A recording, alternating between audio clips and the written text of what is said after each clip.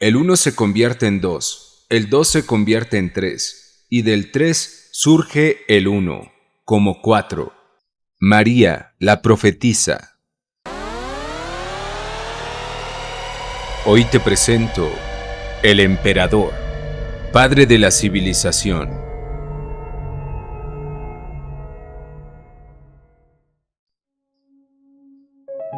He aquí al emperador, el triunfo número 4. Puede considerarse como el principio activo, masculino, que ha venido a poner orden en el jardín de la emperatriz que, si se la deja crecer a su capricho, puede convertirse en una selva. Va a conseguir con esfuerzo un lugar donde poder estar de pie.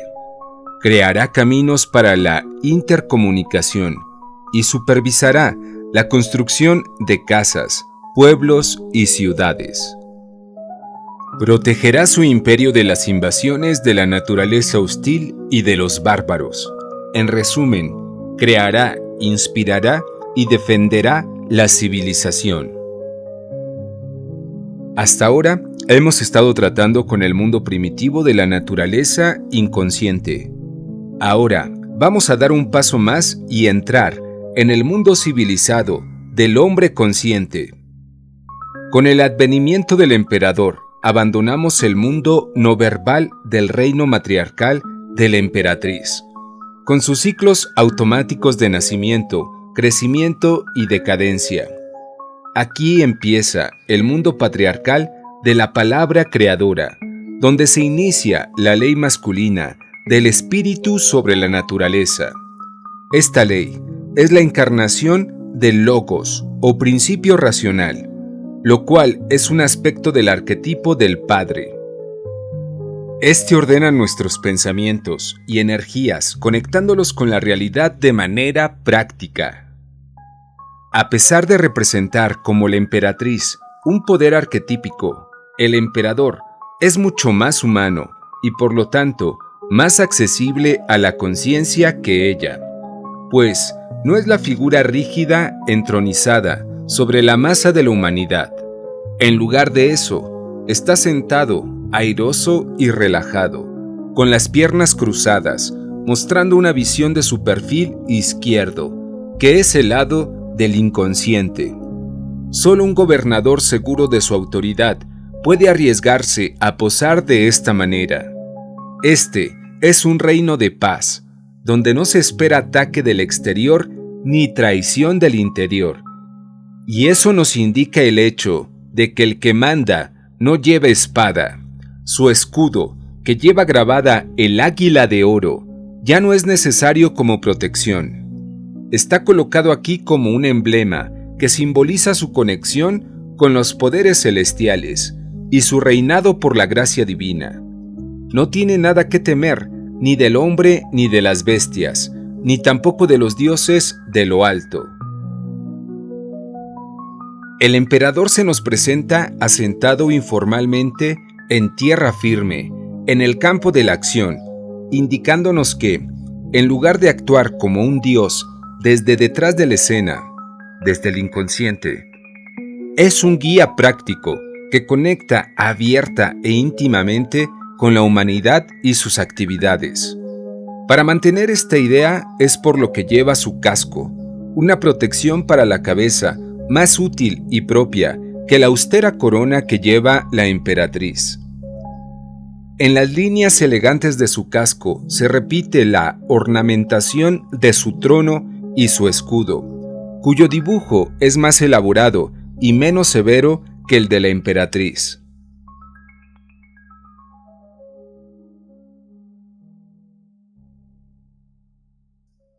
Es obvio que el imperio que ha creado es de un gran refinamiento cultural, y es igualmente obvio que eso no fue así siempre. Observes el tamaño y la potencia de la mano con la que sostiene el cetro, en contraste con su mano izquierda, que parece afeminada y enana. No hay duda de que la espada de este guerrero ha sido fortalecida en no pocas batallas. Su reino se ganó duramente. La lucha del hombre por la conciencia comporta esfuerzos sobrehumanos, pues la madre naturaleza guarda su reino celosamente. En las culturas matriarcales, la sucesión real se hacía por la línea femenina. Es, pues, un nuevo rey, aquel que conquistó y ganó a la princesa, y a menudo era también el responsable de la muerte del antiguo rey. En la historia, así como en nuestra vida particular, la transición de la fase del matriarcado a la del patriarcado es siempre difícil. Abandonar el mundo protector, afectuoso y nutriente de la infancia para afrontar las responsabilidades de la edad adulta es una labor dura. Hay un paso necesariamente intermedio entre la identidad inconsciente, con todas las experiencias de la infancia, y la edad adulta, más consciente e individual. Este paso es la vida en comunidad. Durante esta fase de transición, es necesario experimentarse a sí mismo como miembro de un grupo en desarrollo, familia, clan, estado, nación, a cuya cabeza se encuentra una autoridad justa y poderosa. El emperador, aquí representado, parece ser la representación ideal de esa figura, pues trasciende al padre personal, así como al guía de un grupo homogéneo o clan, ya que en su imperio se incluyen diversos pueblos y climas. Aunque seguro de su territorio, el emperador guarda aún una conexión con el mundo matriarcal de la emperatriz, pues aparece dibujado mirando hacia atrás, hacia ella. La pareja real también está relacionada por las dos águilas de sus escudos. No solo están cara a cara los dos pájaros, sino que muestran una sutil unión entre ambos. Mientras el águila de la emperatriz, con sus alas desplegadas, está a punto de emprender el vuelo hacia el cielo, cosa que simboliza el espíritu masculino de su esposo, el ave del emperador está colocada de forma que sus alas repiten la configuración de las aparentes alas de ángeles que forman el dibujo del trono de la emperatriz. William Blake escribió: «Cuando veas un águila, estás viendo una parte de genio. Levanta, pues, tu cabeza». A pesar de que el águila del emperador le conecte con el espíritu divino y le inspire en el gobierno, no debería olvidar que el águila es también un ave de presa. Afortunadamente, es evidente que el águila del emperador no va a caer en esa sombra arquetípica del águila.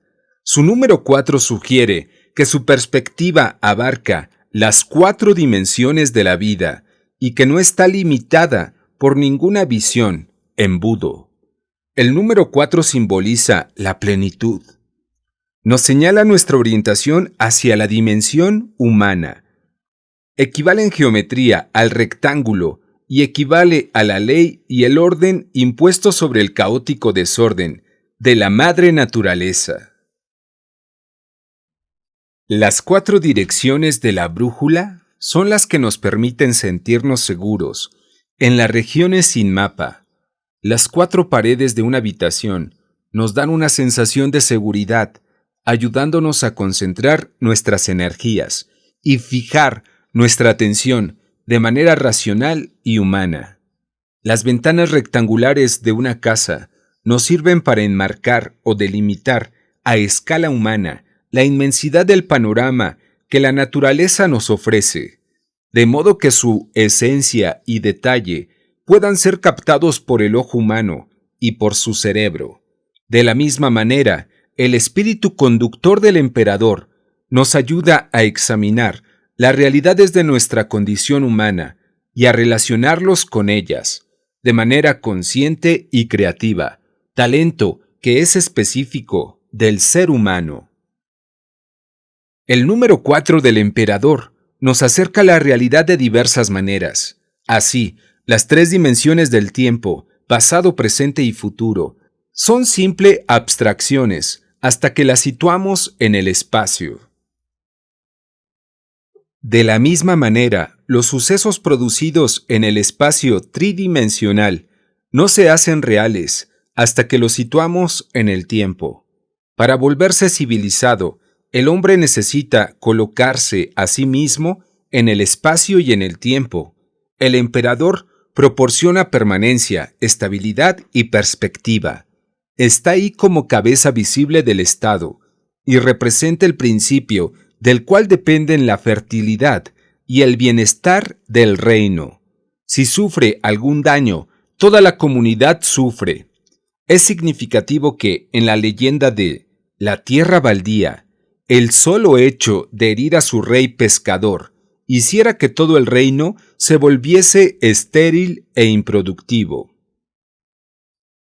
En ambos planos, el terrenal y el celeste, el número 4 juega un papel decisivo como factor de orden. He aquí una lista de los diversos cuatros que ordena nuestros pensamientos. Los 4 puntos de la brújula, las 4 direcciones de la tierra, los 4 vientos de los cielos, los 4 ríos del Edén, las 4 cualidades de la antigüedad, cálido, seco, húmedo y frío, los 4 humores fluidos, sanguíneo, flemático, colérico y melancólico, los 4 evangelistas, Mateo, Marcos, Lucas y Juan, los 4 profetas, Isaías, Jeremías, Ezequiel y Oseas, los 4 ángeles, Miguel, Rafael, Gabriel y Fanel, las 4 bestias del Apocalipsis, los 4 elementos, aire, tierra, fuego y agua, los 4 ingredientes de la alquimia, sal, azufre, mercurio y ázoe, las 4 estaciones, las 4 figuras geométricas básicas, círculo, línea, triángulo y rectángulo, las 4 fases de la luna, las 4 letras hebreas del nombre sagrado del Señor, Yod, He, Bab, He. Las 4 reglas aritméticas, suma, resta, multiplicación, división. Las 4 virtudes cardinales, justicia, prudencia, fortaleza y templanza. Esta lista de cuatros ha ayudado desde tiempos inmemoriales al hombre para que dirigiera los pasos de su vida espiritual y física. 4 es también el número que está conectado con la creación del hombre. Así nos lo cuenta el libro sirio, libro de la cueva de los tesoros. Vieron, pues, a Dios tomar un grano de polvo de la tierra, una gota de agua del mar, un soplo de aire de los vientos superiores y un poco de calor de la naturaleza del fuego. Vieron los ángeles cómo estos 4 elementos, débiles por sí mismos, fueron colocados en el hueco de su mano, lo seco, lo húmedo, lo frío y lo caliente. Y después Dios hizo a Adán. En resumen, pues, el número 4 simboliza la orientación del hombre hacia su realidad de ser humano. Una representación del número 4 es el cuadrado, que simboliza el orden impuesto por el logos a la aventurosa naturaleza. En el cuadrado los elementos permanecen aún separados entre sí y con hostilidad entre ellos. Con el número 5, con la quinta esencia, tendrá lugar un paso más hacia el desarrollo, tendente a la unidad, como veremos cuando lleguemos al examen de esta carta, al arcano número 5. En la carta que estamos estudiando ahora, las piernas del emperador forman un 4, tal como están cruzadas. Ello parece sugerir que no solo sabe con su mente, sino que comprende de una manera más profunda la responsabilidad que lleva en sí como portador de la conciencia humana. Numerológicamente hablando, el número 4 tiene unos poderes extraordinarios y mágicos. No solo marca el fin de un ciclo, sino que nos provee de la fuerza necesaria para el inicio de un ciclo nuevo. Cuando colocamos los números del 1 al 4 y los sumamos entre sí, conseguimos el 10 y empezamos un nuevo ciclo. Esta es una razón de su ambivalencia. Así como el mago, con el número 1, nos proveyó de la energía necesaria para comenzar el ciclo de su creación, el emperador, con el número 4, concluye esta fase, iniciando al mismo tiempo un nuevo tipo de creación, la civilización. Como un grano de maíz, es el resultado de todo lo que ha pasado con anterioridad en él y es, a la vez, la promesa de un crecimiento enteramente nuevo. Quizá fue la magia de este número 4 lo que inspiró a María, la profetisa, cuando dijo que el 1 se convierte en 2, el 2 en 3 y el tercero surge el 1 como cuarto. En cualquier caso, la verdad de su afirmación es evidente en varios niveles de experiencia, ya que psicológicamente es el número 3 el que lleva consigo al 4, ofreciendo una nueva experiencia de plenitud y unidad. Esto puede demostrarse de la siguiente manera. Cuando desarrollamos la autoconciencia, pensamos en nosotros como unidad. A medida que crecemos en conocimiento, nos damos cuenta que somos duales, consciente e inconsciente, ego y sombra, aquel a quien le gusta madrugar y a la vez aquel a quien le gusta quedarse en cama un poco más. Cuando intentamos reconciliar estos dos aspectos opuestos en nosotros mismos, es cuando descubrimos un mediador interno. Esto es el número 3, que armonizará a estos dos para que puedan trabajar juntos. Cuando esto sucede, de este tercero y a través de la actividad de este tercer factor, surge la unidad como cuarto, un sentido de plenitud, una personalidad unificada que puede finalmente actuar como unidad, ahora sí, a un nivel de conocimiento nuevo. En la psicología de Jung, el número 3 alumbra también al 4, resultando de esto una nueva sensación de unidad. Fue Jung quien observó que el hombre nace con 4 potencias características que le ayudarán a captar las experiencias y derivar de ellas enseñanzas para su provecho. Las llamó las 4 funciones, pues representan modos característicos de trabajar de la mente o de la psique.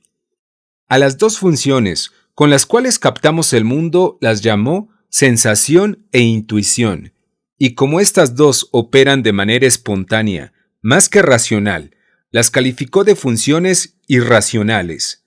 A las otras 2 funciones, pensamiento y sentimiento, las llamó racionales, pues son las que describen de qué manera evaluamos y ordenamos nuestra experiencia. Según Jung, todos hemos nacido con la capacidad de desarrollar cada una y todas ellas.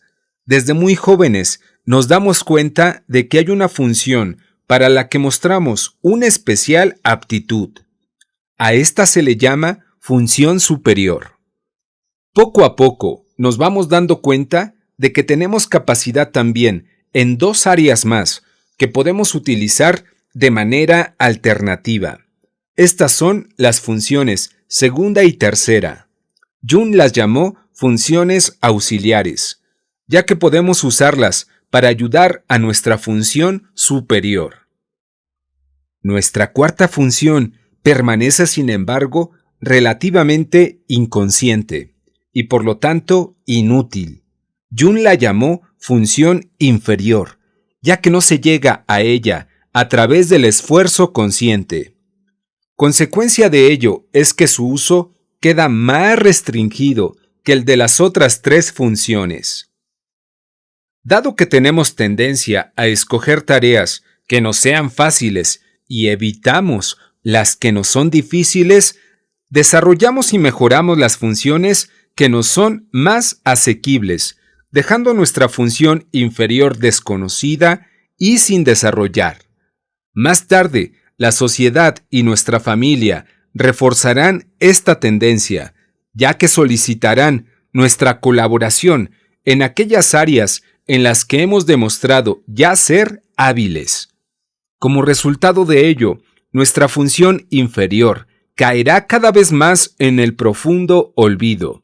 A menudo, cuando esta función se nos revela sola y de un modo inesperado, inapropiado e inmaduro, nos damos cuenta de que existe. Mientras tanto, nuestra función superior habrá aprendido a actuar tan suave y automáticamente que habrá perdido con ello su vitalidad original. A medida que pase el tiempo, pasamos a ser etiquetados en consonancia con nuestra función principal o superior, y empezamos a pensar al mismo tiempo que quizás somos disminuidos físicos, limitados por la naturaleza a actuar de forma adecuada en una o a lo sumo 2 áreas de conocimiento. Voy a mostrar algunas de las características principales de cada uno de los tipos según su función superior. Hola, si te gusta el contenido de este canal, te invito a que dejes tu like, te suscribas, compartas o nos dejes un comentario. Muchas gracias. El intuitivo vive principalmente en un mundo de posibilidades futuras y por tanto no es observador del mundo que tiene a su alrededor. Le preocupa poco la realidad presente y le agobian los detalles.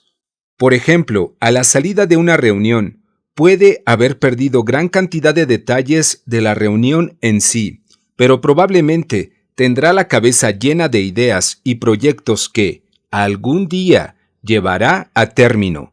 Los problemas de orden práctico que eso conlleva, los delegará en otros.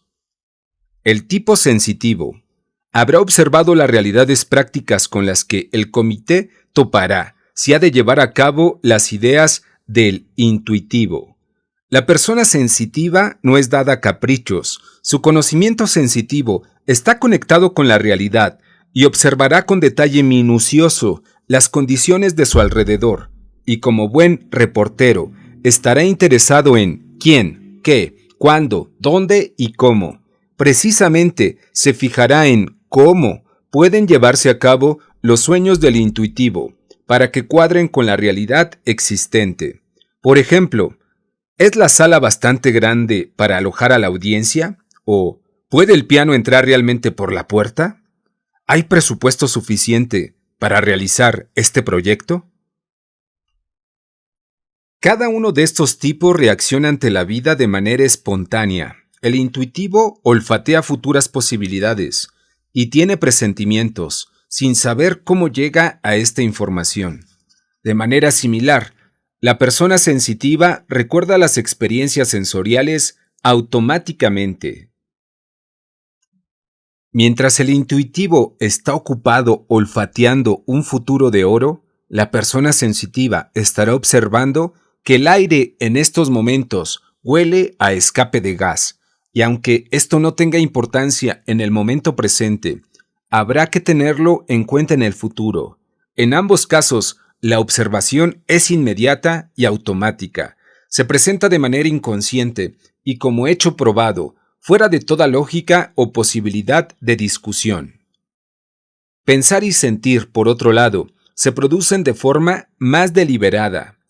El tipo en el que domina el pensamiento organiza sus experiencias según categorías lógicas, ordenándolas de manera sistemática. En una reunión de comité, por ejemplo, hará la lista de las cosas que hay que preparar antes de la nueva reunión, programando una agenda de trabajo para esa futura reunión. Si ha de haber un orador en el programa, el pensador tendrá muy en cuenta que la persona que vaya a hablar sea una autoridad en su campo. El tipo en el que domina el sentimiento reaccionará de manera diferente. No va a preocuparse tanto de que el orador sea una autoridad. Siempre que se exprese con claridad y presente el tema de manera interesante, valorará el programa más de acuerdo con su sentimiento personal que su contenido. Sentir, nos dice Jung, no se debe entender como la emoción desatada. Por el contrario, Jung presenta esta función como racional, pues puede ser tan precisa y discriminatoria como pensar, y es también una manera de valorar la experiencia.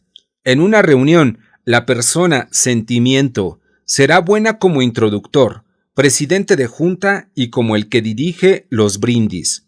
Ayudará a todo el mundo a sentirse como en casa, desaconsejando los comportamientos que él sienta como no apropiados para la ocasión. Lo hará con tacto, llegando a ser, si las circunstancias lo exigen, severo y firme.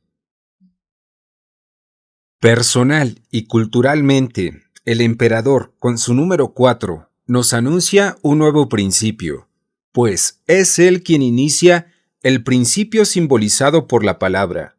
Con su advenimiento abandonamos el mundo no verbal del matriarcado, carente de orden, que se expresa a través de la música, la danza y la imagen, y entramos en el mundo de la palabra, del orden, del logos. En nuestros relatos bíblicos encontramos dos comienzos distintos.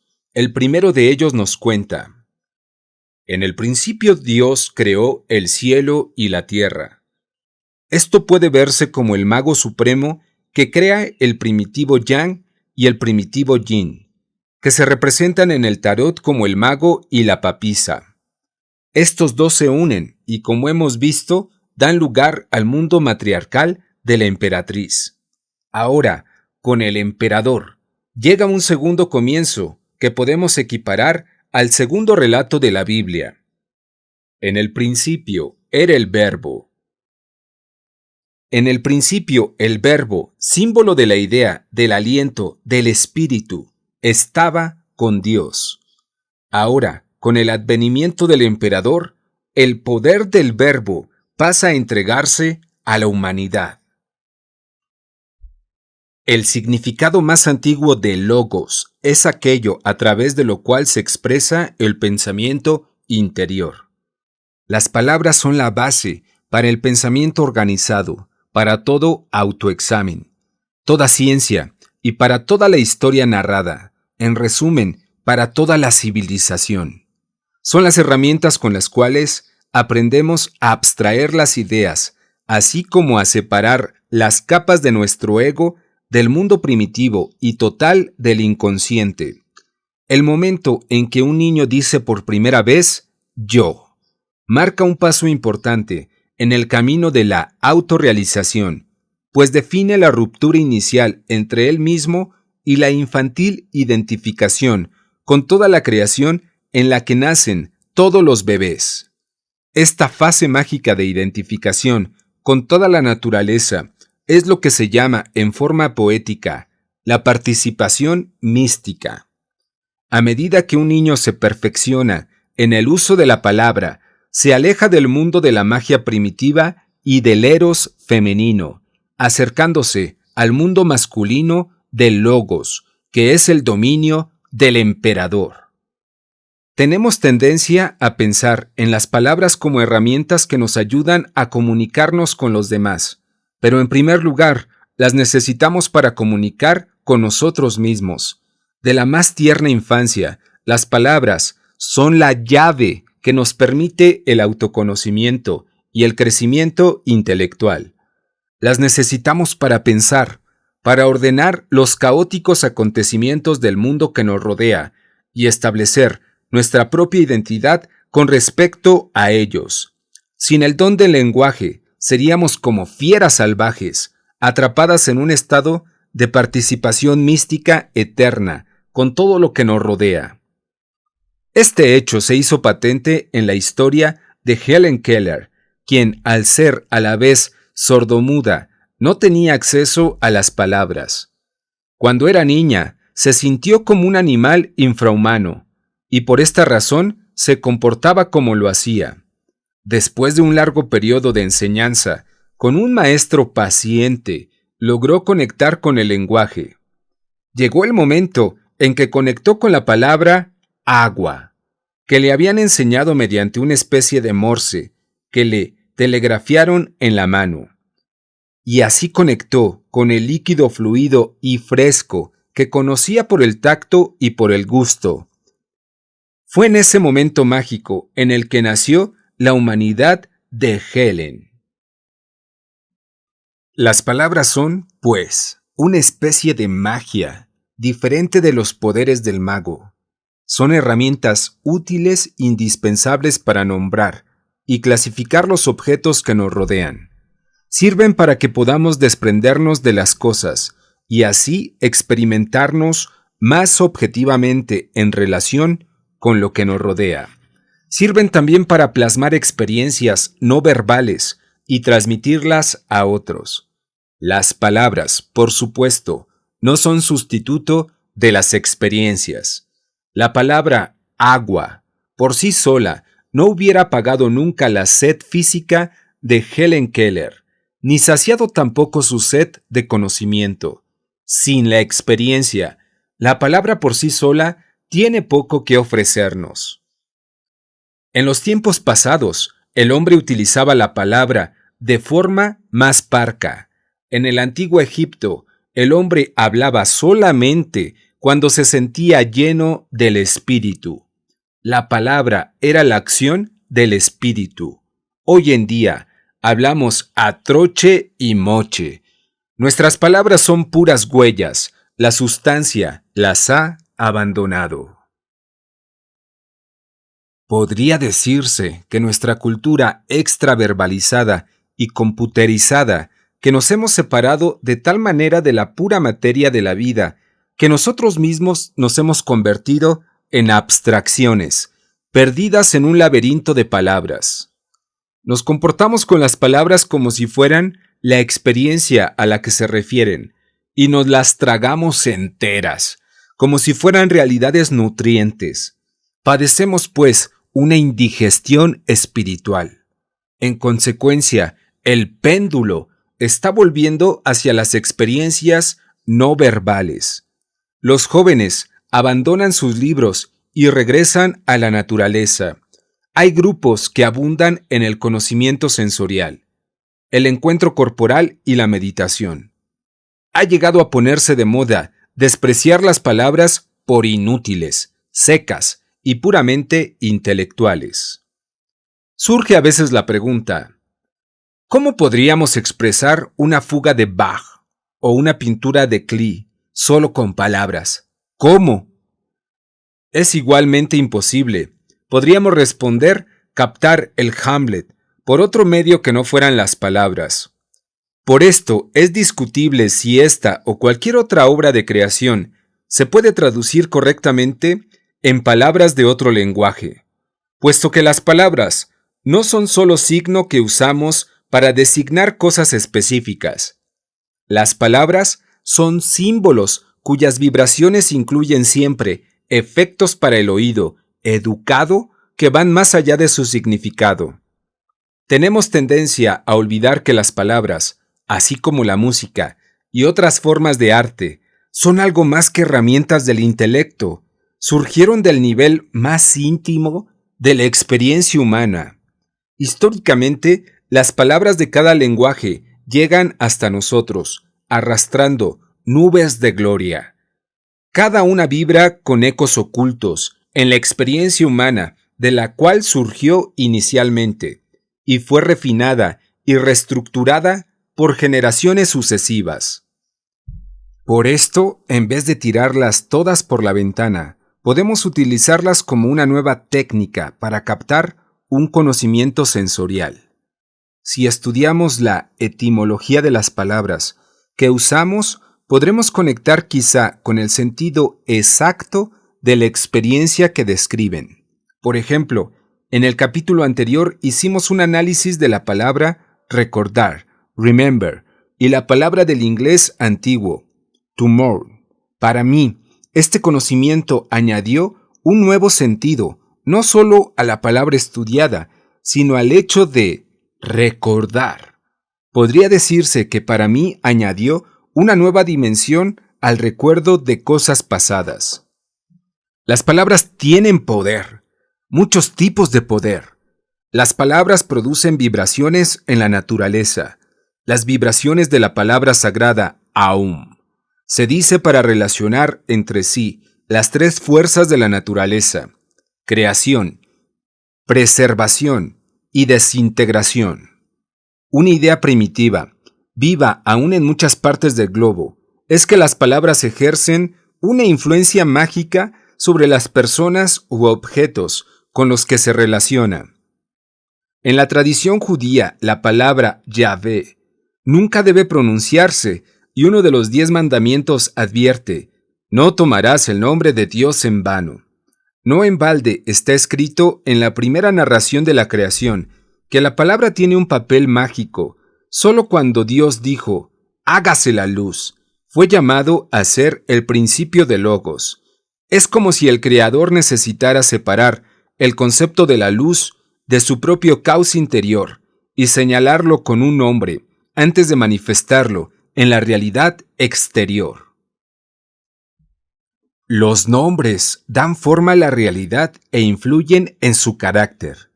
En vista de esto, dedicamos tiempo y esfuerzo a la búsqueda de un nombre para nuestros niños. Algunas veces los artistas, antes de escoger su nombre de guerra, consultan a un numerólogo. También los fabricantes luchan denodadamente para encontrar un nombre de impacto para sus nuevos productos.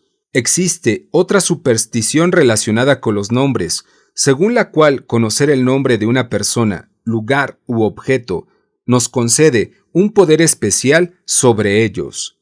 Cuando conocemos a una persona, solemos encontrarnos incómodos hasta saber su nombre, aunque el nombre por sí solo no vaya a identificar a la persona de manera real.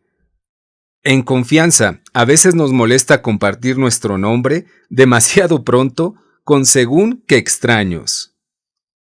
Dar nombre a las cosas es una parte importante de la tarea del emperador. Bajo ningún concepto es un tema tan solo intelectual. Encontrarles nombres correctos a las cosas es un acto creativo, un arte que incluye no solo la facultad de pensar, sino también la de sentir, la intuición y una buena conexión con las experiencias sensoriales. Como demostración, la siguiente leyenda viene al caso. Dícese que Satán, celoso de la atención que Dios le prestaba a Adán, se presentó al Señor pidiéndole que le destinase al cuidado de las aves y los animales terrestres en lugar de Adán. El Señor estableció un concurso para decidirlo, diciendo que lo ganaría quien pudiera nombrar correctamente todas las criaturas. Determinó que el ganador del concurso reinaría sobre las criaturas a las que hubiera nombrado correctamente. Satán, por supuesto, perdió el concurso, pues la imaginación discriminatoria y la paciente dedicación al orden y a la disciplina no son virtudes o talentos de aquel cuyo genio se manifiesta en el pandemonium. Así pues, Adán ganó el concurso y se convirtió por ello en el emperador del Edén, convirtiéndose en nuestro antecesor y no Satán. El Señor, sin embargo, no expulsó a Satán del paraíso. Sigue actuando y con gran actividad, quizá para recordarnos cuán cercano se halla aún aquel concurso. En reconocimiento a este hecho, y temiendo la confusión sobre todas las cosas, nuestros antepasados tenían tendencia a idolatrar el Logos, el principio del emperador, olvidando totalmente a la emperatriz. Ahora, por el contrario, tenemos tendencia a adornar a la emperatriz, despreciando al emperador. Nuestra razón, que es unilateral, parece a veces excesivamente rígida al establecer el orden. Son muchos los individuos jóvenes y mayores que se han rebelado ante este orden establecido. Algunos tienen la esperanza de destruir totalmente su imperio, mientras que otros han dado la espalda totalmente a esta civilización en un intento inútil por recuperar el mundo preconsciente del matriarcado de los vagos sueños y los sentimientos. La verdad evidente es que el emperador y la emperatriz son, como su nombre indica, una pareja unida. Uno no puede actuar creativamente sin la otra. El cetro de ambos ostenta el orbe de la naturaleza, coronado por la cruz del espíritu, lo cual simboliza la unión armoniosa de sus energías, así como de sus reinos. Los dos muestran el águila de oro, que nos indica que los poderes de ambos son iguales, dados por Dios, y los derechos de ambos igualmente divinos. Con el advenimiento del emperador se inicia un nuevo ciclo en el cual se incluyen nuevas aspiraciones, así como nuevas y más sofisticadas conexiones entre el reino del mundo y de los cielos. Bajo la influencia del emperador, el hombre ascenderá, no solo simbólicamente, sino que lo hará realmente al sol, a la luna y a las estrellas. Inevitablemente, si hemos de ayudar a nuestro espíritu en su camino ascendente, no podremos permanecer siempre con un pie en el jardín de la emperatriz. Hay momentos, tanto en nuestra vida cultural como personal, en que uno de los dos poderes ha de tener una influencia mayor que su opuesto en nuestras vidas. Como todos los opuestos, actúan mejor si lo hacen como la corriente alterna. Hay veces en las que tenemos que frenar a uno de ellos para poder experimentar los beneficios del otro. El emperador reina a través del logos y del pensamiento. La emperatriz está conectada con el eros y con el sentimiento. Para el emperador, el hecho objetivo es la verdad. Para la emperatriz, lo primordial es el hecho interior. En su reino, revelar un hecho objetivo que pueda dañar una relación sería deshonesto, mientras que en el reino del emperador, acallar este acto sería recriminable. Es evidente que en un momento determinado no pueden reinar los dos a la vez. Si damos la oportunidad de que hablen por turno cada uno de ellos, podremos encontrar una solución que sea verdadera para el hecho de la realidad exterior, sin violentar el sentimiento interno, que es un hecho igualmente importante. En todos los trabajos creativos es de gran utilidad solicitar una audiencia con estas dos poderosas figuras, pero nunca, por supuesto, hay que hacerlo simultáneamente. Por ejemplo, durante lo que llamamos la fase creativa de la emperatriz, cuando las imágenes y las ideas surgen como la espuma del fondo de nuestro ser de modo espontáneo y abundante, es mejor pedirle al emperador que espere mientras captamos indiscriminadamente toda la riqueza de este momento. Será más tarde cuando invitemos a nuestro logos a que se siente junto a nosotros como editor y nos ayude a escoger para arreglar y poner en orden nuestras ideas. Si viniera demasiado pronto, podría marchitar los brotes frescos de nuestra imaginación, los cuales, como todo recién nacido, necesitan de una madre que los sostenga y alimente primero. Una excelente manera de observar en detalle cómo actúan juntos el emperador y la emperatriz consiste en hacer un pequeño bosquejo de un poema de Keats. Por ejemplo, aquí se verá cómo la rica imaginación, debida al aspecto de la sensibilidad femenina del poeta, fue luego podada, refinada y moldeada por su logos crítico, para crear finalmente el producto terminado. Uno queda asombrado, no solo por la perfección de lo que queda, sino también por lo mucho que se ha sacrificado para este delicado trabajo de la discriminación. El emperador del artista ha de ser sensitivo, perspicaz y valiente. Una de las utilidades que tiene el número 4 del tarot es que puede ayudarnos a darnos cuenta de qué tipo de emperador, simbólicamente hablando, influye sobre nuestra cultura y nuestra vida propia. ¿Es relajado, enérgico, imaginativo? ¿O bien es rígido, impermeable o carece de todo encanto? ¿Cuáles son, en fin, las ideas o nociones que se encuentran en el fondo de nuestro imperio cultural? ¿Cree nuestro emperador en el perfeccionismo? ¿En la utopía? ¿En la abolición permanente del mal? ¿En la supremacía blanca? ¿En la supremacía negra? ¿En qué cree? Un modo de examinar nuestro emperador puede consistir en estudiar su retrato por unos momentos y anotar, sin corregir ni censurar, lo que podríamos sentir como respuesta a las preguntas citadas anteriormente. ¿Estaríamos de acuerdo con las respuestas que nos da? Si no lo estamos, ¿cuáles serían las nuestras? ¿En qué no estamos de acuerdo? Si encuentra difícil introducirse en el carácter del emperador, otra técnica que resulta útil consiste en comparar la carta con otras representaciones similares. También puede sernos de gran utilidad comparar esta carta con otras del mismo tarot. Por ejemplo, el emperador retratado en la baraja de White aparece mucho más anciano y más respetable que la figura a la que hemos estado refiriéndonos. Tiene una barba larga y gris. Está sentado en un gran trono. Sus piernas están enfundadas con una cota de malla. Podemos imaginar que sus respuestas van a ser diferentes de las del emperador de Marsella. Cualquier respuesta que consiga, por favor, anótela en su cuaderno de tarot.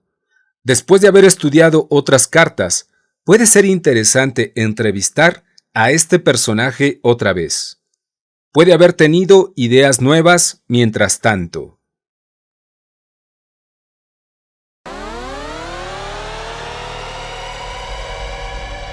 Muchas gracias por tu visita. No te pierdas el próximo capítulo. El Papa, el rostro visible de Dios.